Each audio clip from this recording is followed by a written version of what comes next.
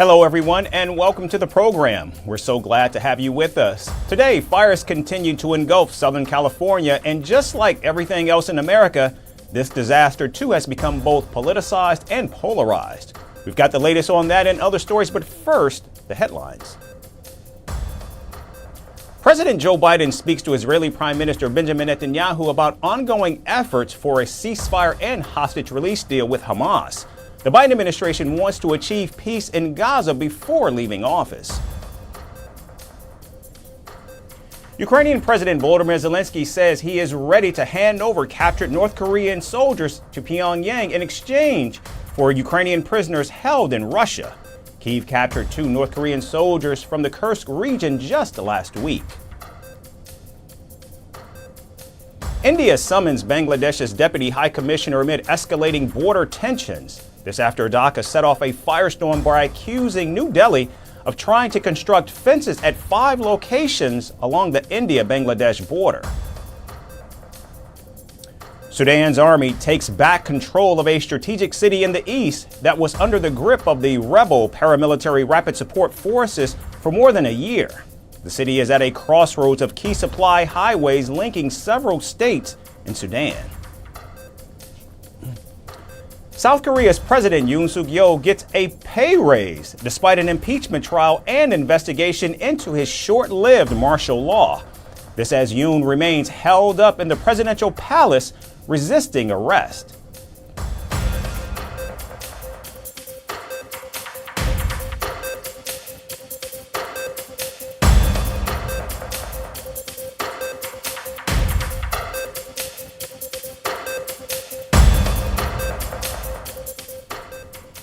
We begin in the United States, where the death toll from massive wildfires causing destruction across Los Angeles, California has reached nearly 25. The destructive Palisades and Eaton fires have scorched more than 30,000 acres, leaving thousands without homes.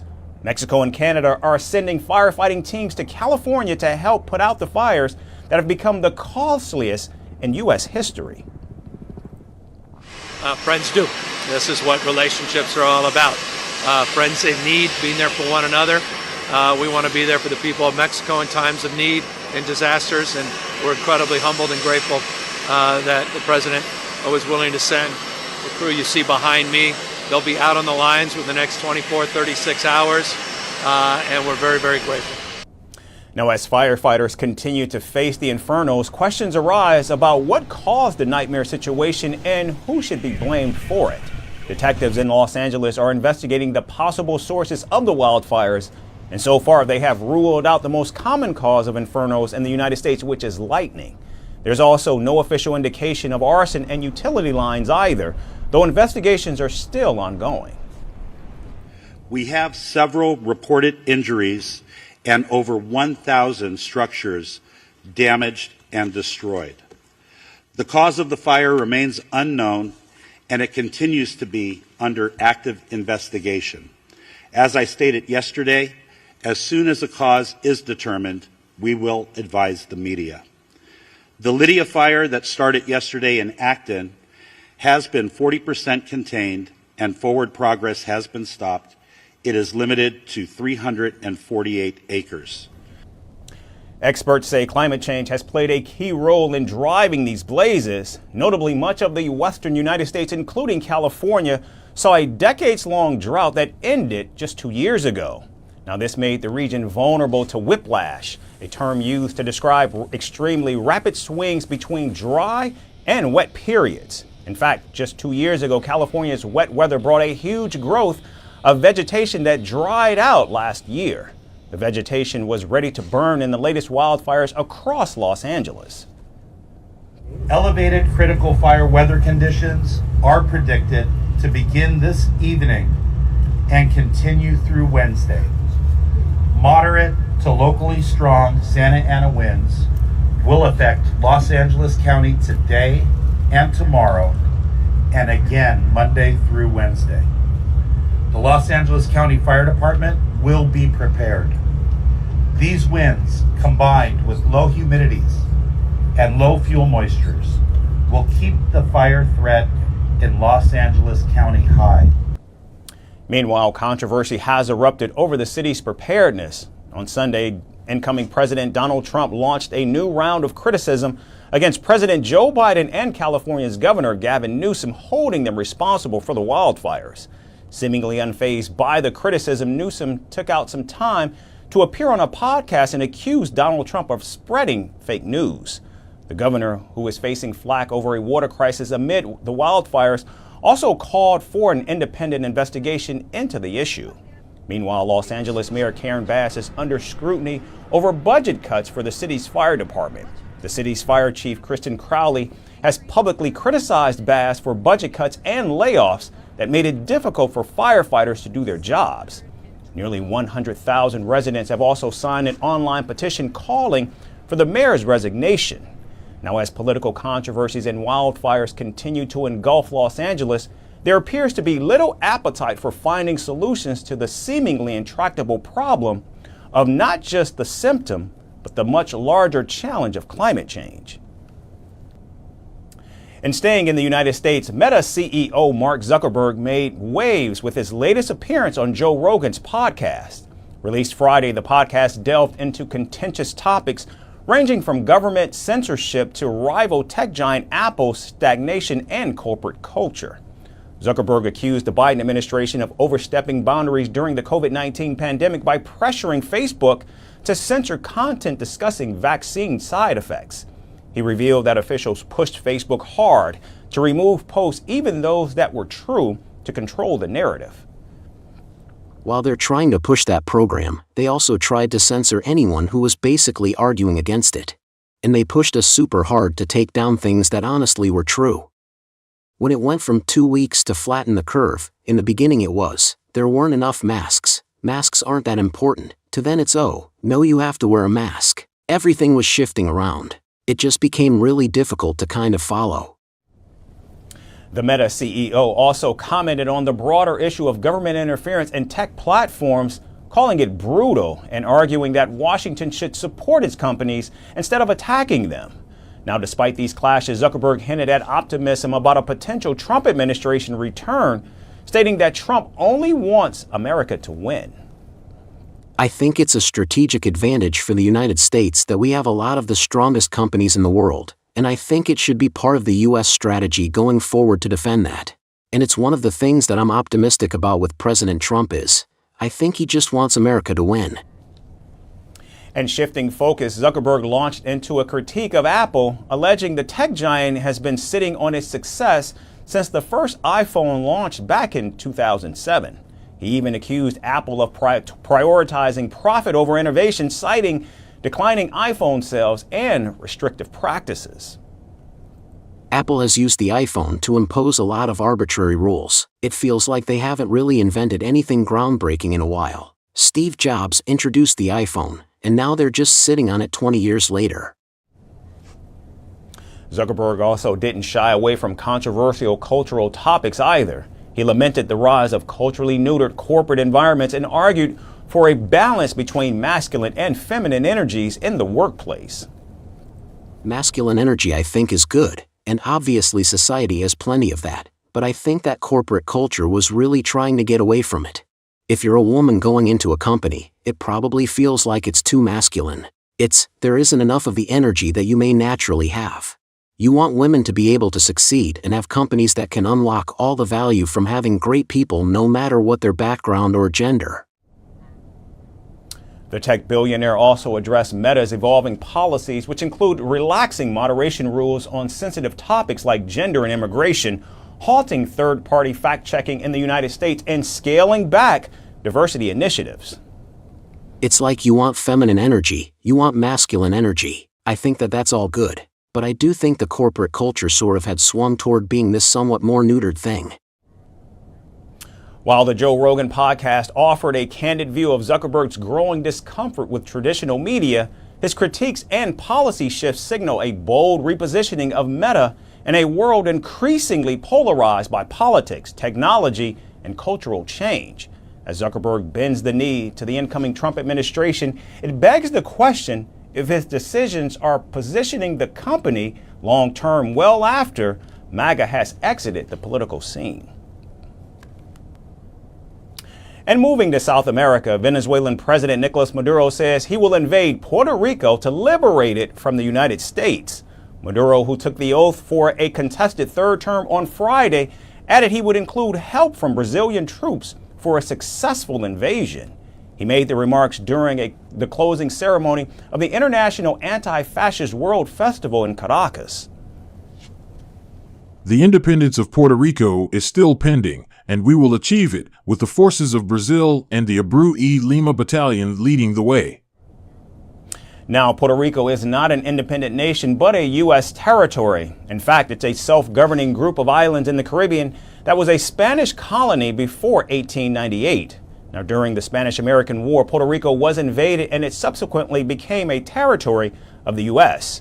In 1952, Puerto Rico finally attained a full measure of self-governance, though it remains a U.S. territory.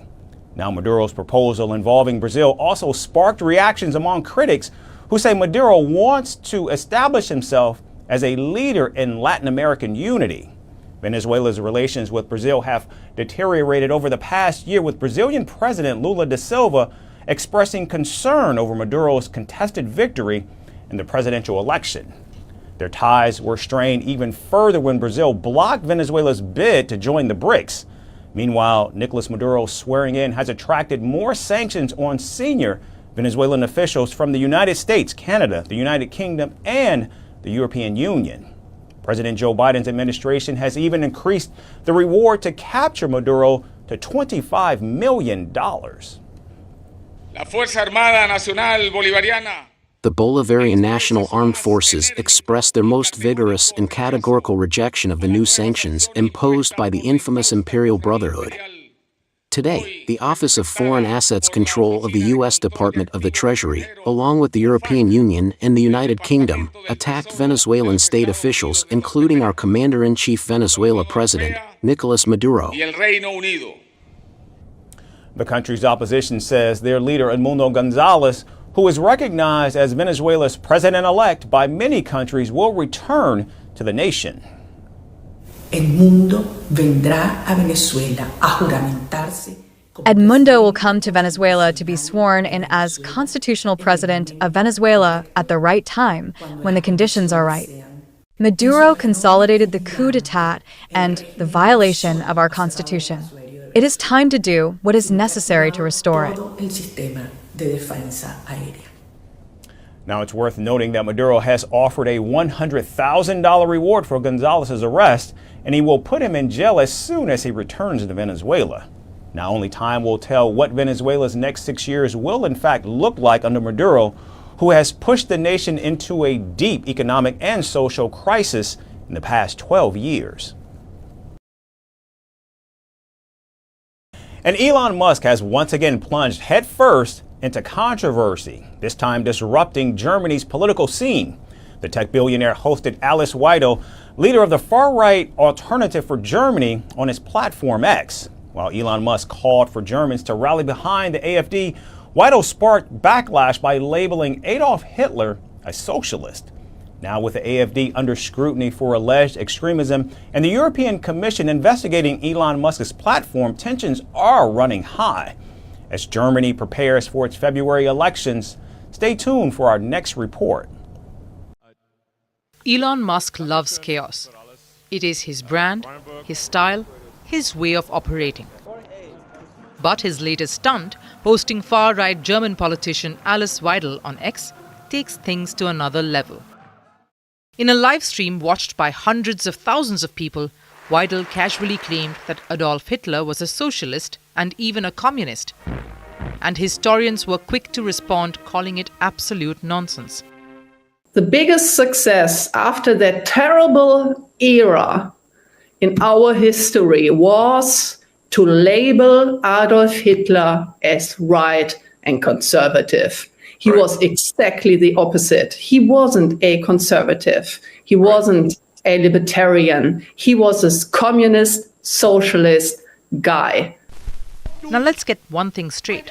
Hitler was neither a socialist nor a communist. In fact, he hated both. His regime brutally targeted leftists, jailing and killing communists and socialists in the early days of Nazi rule. Socialism, at its core, promotes equality and collective ownership. Hitler's ideology, meanwhile, thrived on racial hierarchies, anti-Semitism, and genocide. Hitler fought Marxism fiercely and brutally right from the start, and the first victims to be imprisoned, tortured, and killed in the concentration camps in 1933 were leftists, communists, social democrats, and socialists. But here's the real problem. Musk didn't push back on Weidel's falsehoods. He praised her instead, calling her very reasonable and urging Germans to support the AfD. I think Alice Weidel is a very, very reasonable person, and hopefully people can tell just from this conversation, like nothing outrageous is being proposed, just common sense. In fact, I, as I've said publicly, I think only AfD can save Germany. And I just want to be very clear about that. Only AfD can save Germany. End of story. And people really need to get behind the AfD, and otherwise things are going to get very, very much worse in Germany. Now, this wasn't just another controversial live stream. When the owner of a massive social media platform amplifies misinformation, it has consequences. And European regulators are already watching closely. The European Commission is investigating whether the live stream violated the Digital Services Act. Did it spread hate speech?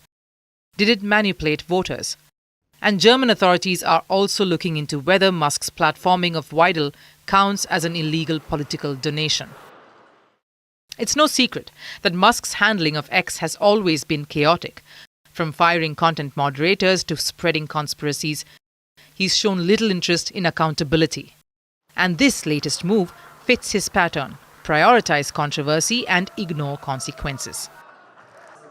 Outgoing Chancellor Olaf Scholz dismissed Musk's antics with a sharp warning: do not feed the troll.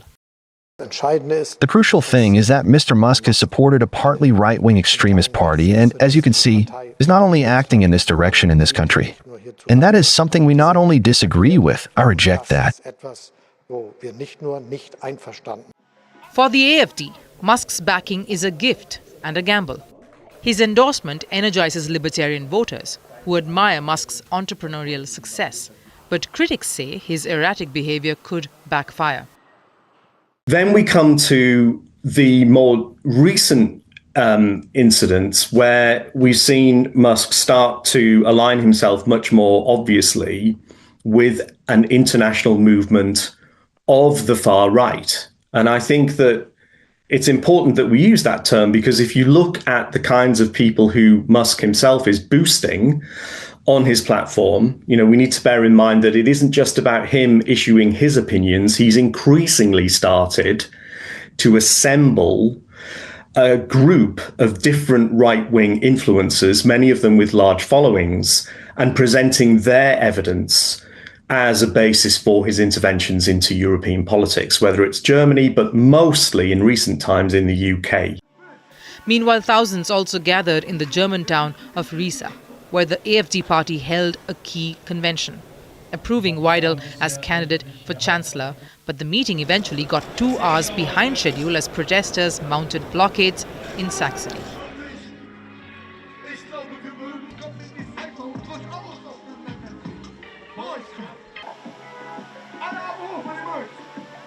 From meddling in British politics to shaking up Germany's election campaign, Musk has once again positioned himself as the center of a storm.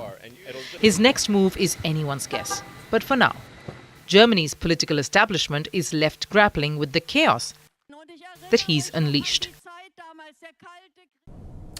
And our final story is about donuts missing in action in America. In a turn of events that has left donut lovers scratching their heads, several Dunkin stores across Nebraska and New Mexico were mysteriously devoid of their signature pastries. The shelves barren and no explanation in sight, customers were offered a meager alternative: munchkins, the donut holes that never really quite hit the spot. And the shortage has sparked confusion and disappointment, raising questions about Dunkin's ability to deliver the sweet treats that made it a household name. While Americans wait for the donuts to return, here's our report on the missing snacks. Americans and donuts. It's a love story as old as time, or at least as old as breakfast. Donuts have long been the go-to comfort food. There's something magical about the perfect circle of fried dough, dusted with sugar or oozing with frosting. It's basically happiness with a hole in the middle.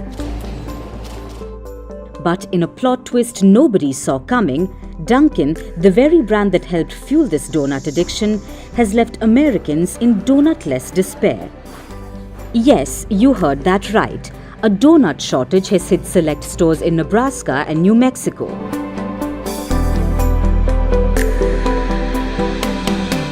Picture this, you've just rolled out of bed, you've survived another brutal night of Netflix binging, and you're craving the only thing that can revive your soul: Dunkin' coffee and a donut. You stroll into a Dunkin' store for your circular treat, only to be greeted by an ominous sign that reads "No donuts today" due to a manufacturing error. The disappointment hits harder than the caffeine ever could.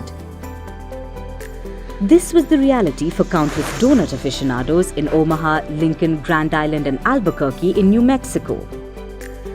And while some locations offered munchkins, also known as donut holes, let's be real, there's no substitute for the real deal.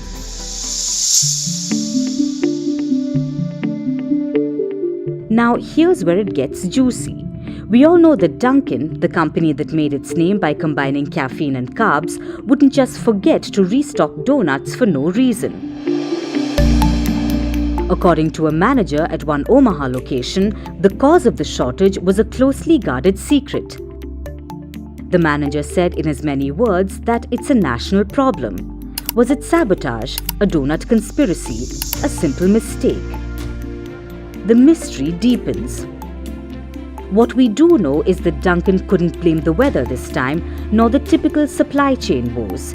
Instead, franchisee Bryce Bears stepped forward to reveal that the real culprit was none other than a batch of subpar donuts from one of Dunkin's suppliers. Bears, in his infinite wisdom, decided that customers deserve better than substandard donuts, so he'd just not serve them. Meanwhile, back at corporate, the message was clear. Donuts would return, but only once the issue was resolved. While Dunkin was having issues with donuts in Nebraska and New Mexico, other places like Boston and Missouri were unaffected. But in Albuquerque, the drama took a funnier turn. Local police joked that they nearly cancelled their chief's monthly meeting over the shortage. As one spokesperson quipped, "Fortunately, we averted tragedy when Roma Bakery came through with breakfast burritos." Yes, folks, the police saved the day with breakfast burritos. Is there a more American solution? For now, Dunkin has promised that their donut shelves will be stocked again soon. But let's be real, this whole debacle leaves us wondering, is Dunkin still the donut icon we know and love, or has it become just another coffee shop trying too hard to be trendy? That's our show for today, everyone. Thanks so much for tuning in. We look forward to seeing you right back here again tomorrow. Thanks again for watching. Donald Trump's return to the Oval Office is imminent. He will soon take the oath of office and once again lead the nation. God spared my life for a reason. President-elect Donald Trump's first priority: tackling illegal immigration and securing the nation's borders. We're going to fix our borders. The incoming administration has prioritized the Russia-Ukraine war. Can they succeed in ending one of the world's most challenging conflicts? I will have the horrible war between Russia and Ukraine settled. And as he returns to the White House, will Donald Trump resume a bruising trade war with the world's second largest economy, China? If China or some other country is behaving badly, we have things called tariffs. All of this and more right here on Firstpost America.